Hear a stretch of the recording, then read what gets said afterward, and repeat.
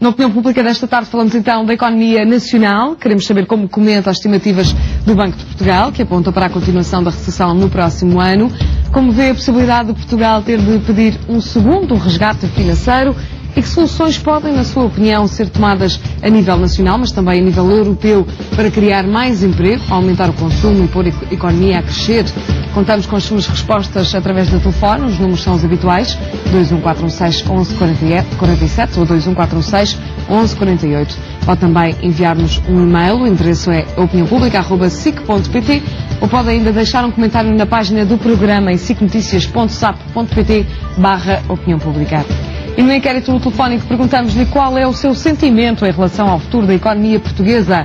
Se está otimista, marca o 760 300 381. Se, pelo contrário, está pessimista, o número a marcar é o 760 300 382. O custo de cada chamada é de 60 cêntimos mais o IVA. Divulgamos os resultados no final do programa. É nosso convidado do Opinião Pública, a partir dos nossos estúdios em Matosinhos, o economista João Cerejeira, professor da Universidade do Minho. Muito boa tarde, João Cerejeira. Começo por lhe perguntar acerca desta correção do Conselho de Finanças Públicas, que dá conta de um déficit de 8,8%, mas que, em todo o caso, alerta para a necessidade de esforços redobrados e de se aumentar o ritmo para atingirmos a meta de 5,5% do déficit este ano. É mesmo assim? O Estado vai ter de redobrar esforços para cumprir a meta? Para cumprir a meta, obviamente, serão necessários esforços adicionais. Eu quero também destacar que o déficit de 8,8 vem essencialmente de dois motivos. Por um lado, uma quebra forte nas receitas fiscais e depois o facto do PIB, do produto, ter caído, portanto, o denominador deste rácio, o produto, ter caído muito mais do que aquilo que era esperado inicialmente. Face aos valores, à estimativa do Banco de Portugal, para as projeções agora para 2012, nós poderemos ter uma queda nesse, portanto, um parar da queda em termos do PIB e, portanto, poderá haver algumas boas notícias do ponto de vista das receitas fiscais e portanto, chegarmos ao fim do ano com um déficit menor do que estes 8,8% face ao PIB. Mas quando falamos em acelerar o ritmo e fazer esforços adicionais, o Governo terá de acelerar, por exemplo, os cortes na despesa de 4,7 milhões de euros? O problema de acelerar os cortes da despesa é que isso vai implicar um efeito muito maior em termos do produto. Portanto, isso é evidenciado numa série de estudos recentes, tem saído quer do FMI, quer do próprio Banco de Portugal, onde há evidência empírica de que os cortes do Estado têm um efeito multiplicador sobre o PIB muito maior do que aquilo que era esperado e, portanto, cada ponto percentual que se poupe em despesa pública tem um efeito que poderá ir até 2 pontos percentuais, até em termos de crescimento do PIB. Obviamente, isto quer dizer que qualquer corte de despesa daqui em diante, até ao final do ano, terá sempre efeitos negativos no PIB e poderá contrariar alguns sinais não tão negativos, e eu não gostaria de dizer positivos, mas não tão negativos que vêm sido evidenciados por alguns indicadores avançados da economia, quer as projeções da Universidade Católica, quer esta revisão mais positiva do Banco de Portugal, quer, por exemplo, o número de inscritos nos centros de emprego. Portanto, alguns sinais de que a economia portuguesa pode ter parado a sua queda neste último trimestre e, portanto, cortes adicionais na despesa pública poderão, efetivamente, contrariar estes sinais, pequenos sinais, que eu diria positivos, mas ainda tenues demais para serem ainda fortes e consolidados. E olhando para esses dados e para essas previsões de que falou, a meta do déficit de 5,5% parece-lhe assim execuível até ao final do ano, tendo em conta que estamos nos 8,8%, de acordo com estes novos dados? A questão não é tanto se é execuível, mas é muito mais se é desejável lá chegar. Portanto, obviamente será execuível se continuarmos uma política de cortes salariais fortes, seja nos vencimentos dos funcionários públicos, seja depois cortes a nível das pensões, mas esses cortes também não serão desejáveis, do meu ponto de vista, por causa dos efeitos perniciosos que terão sobre o produto e sobre, nomeadamente, nas componentes da despesa interna, o consumo privado, por exemplo, e o próprio consumo público. Convém referir um ponto que é dito no relatório do Banco de Portugal. Os níveis de consumo privado no final de 2014 estarão aos níveis de 1999. Portanto, as famílias portuguesas, em termos da sua despesa, em 2014 estará ao mesmo nível que estava há 15 anos atrás. o acentuar dos cortes da despesa pública iria agravar ainda mais esta situação. Portanto, eu acho que os 5,5 é uma meta que não é desejável e, portanto, deveria haver um consenso, um forte consenso político no sentido de renegociar essas metas e protelar essas metas para o futuro. E precisamente, João Cerejeira, que efeito este impasse político que estamos a viver agora pode comprometer estas metas que o governo português estabeleceu, também com a Troika? Que efeito poderá ter e que consequências negativas poderão ter nestas metas? As primeiras consequências vão ser essencialmente umas de muito curto prazo, que são os juros implícitos na dívida pública, como foi evidente na emissão que foi realizada hoje de manhã, que houve um pequeno aumento na taxa de juro que a dívida pública que foi emitida, portanto que o Estado português terá que pagar, mas a um curto e médio prazo o efeito negativo que terá sobre o investimento. E nesse sentido, a dinâmica do investimento empresarial e também dos gastos em bens duradouros das famílias é muito dependente das suas expectativas face à evolução futura. Portanto, um clima de incerteza não é um clima favorável à inovação e à reafetação dos recursos económicos para meios mais produtivos. É neste sentido que convém referir, o Banco de Portugal também revê para baixo a queda no investimento.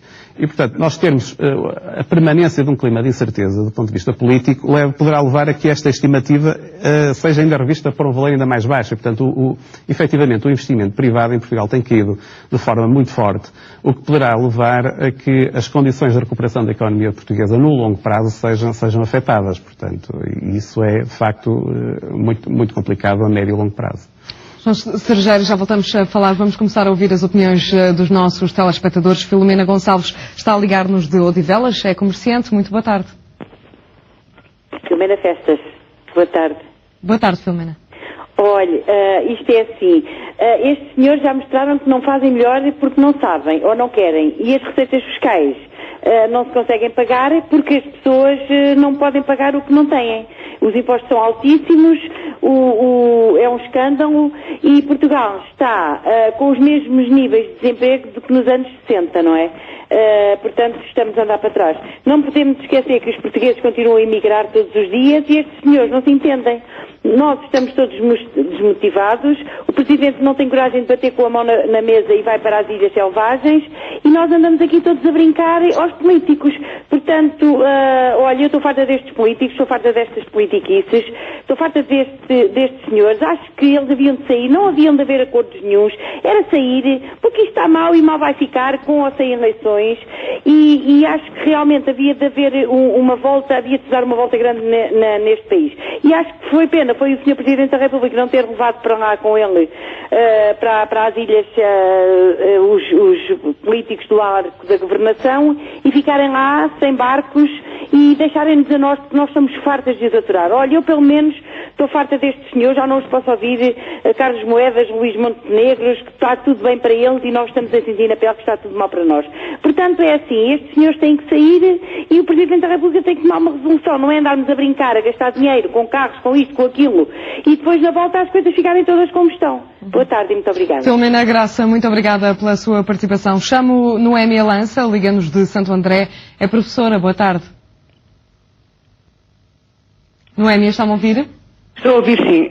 Em primeiro lugar, desejo-lhe uma boa tarde à senhora jornalista e ao seu convidado. É sempre um prazer poder estar em contacto com o vasto auditório da SIC Notícias. É o seguinte, eu tenho um desgosto enorme de o nosso país se encontrar na situação económica que não é senão fruto das políticas que foram adotadas pelo Sr. Ministro das Finanças, que, entretanto, bateu com a porta e achou que a sua política, de facto, admitiu que a sua política tinha sido um erro crasso e foi ela que levou ao desemprego de milhares e milhares de jovens e, portanto, acabou com as empresas e levou-nos ao caos em que nós estamos.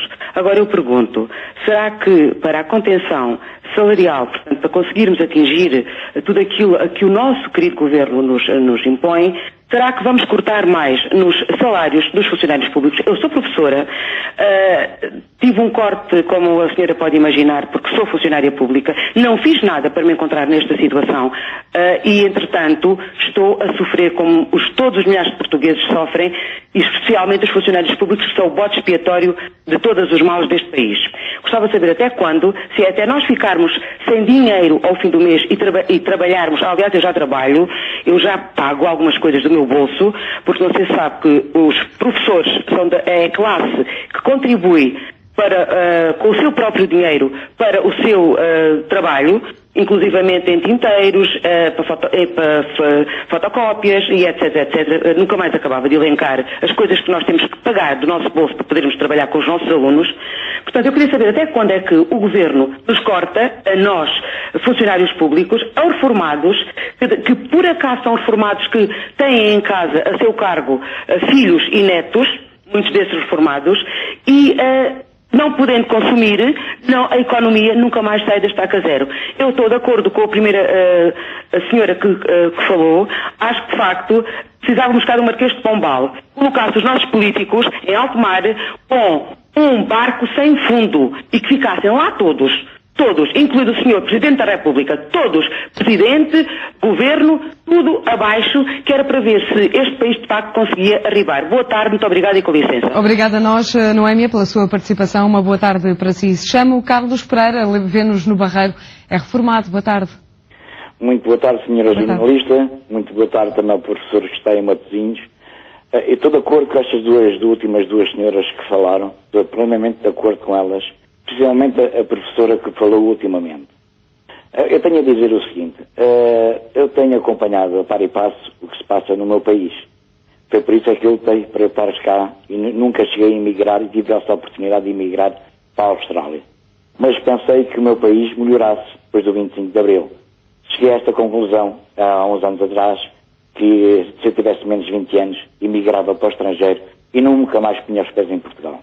Porque este país e estes governos que têm passado ultimamente por este país só têm destruído o nosso país.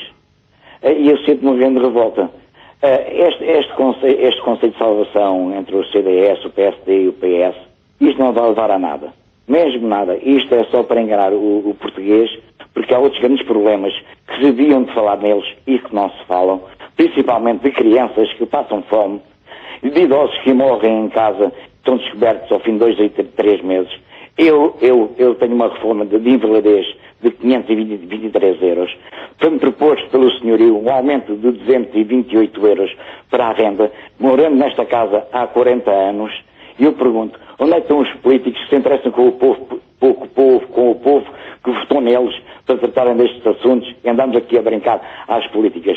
Muito boa tarde, eu tenho uma personal oportunidade, muito obrigado por esta oportunidade que me deram de poder falar. Muito obrigado. Nós é que agradecemos, Carlos, a sua participação. Uma boa tarde para si. Vamos para os Açores, para a Ilha Terceira, ouvir Maria Andrade, é reformada. Boa tarde. Olha, boa tarde. Boa tarde, Maria. Muito obrigada. Espera, filha. Eu tenho pouco a dizer.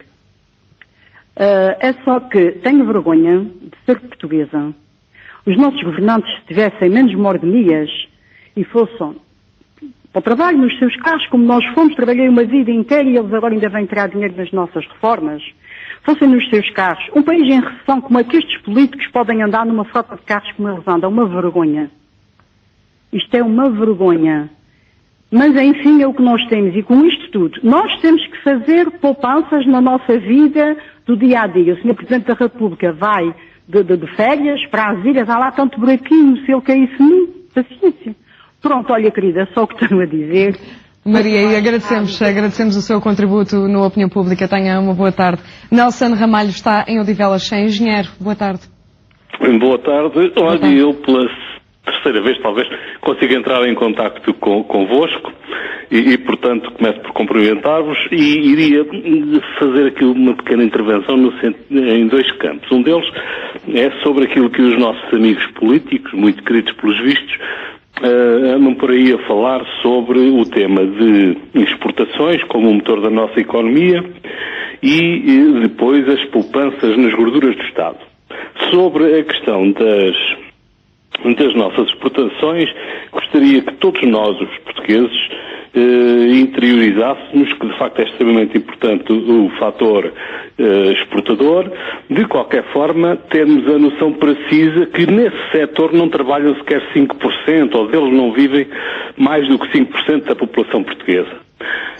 Portanto, eles estão-nos a ludibriar quando nos falam que a saída são as exportações. Não, as exportações representam de facto um ponto importante, mas só afetam 5 a 6% da nossa população. O resto fica pendurado. A outra questão de gorduras de Estado, que estes senhores para aí falam, eles não sabem absolutamente nada do que é que estão a dizer. Porque eu tenho a ideia que eles nem sequer conhecem o que é o aparelho de Estado. Aquilo que eles provavelmente conhecem são os seus departamentos, são os seus assessores, e são mais duas ou três coisas. Eles se calhar não conhecem o que é o Ministério da Agricultura, não conhecem o Ministério dos Transportes, que já não existe.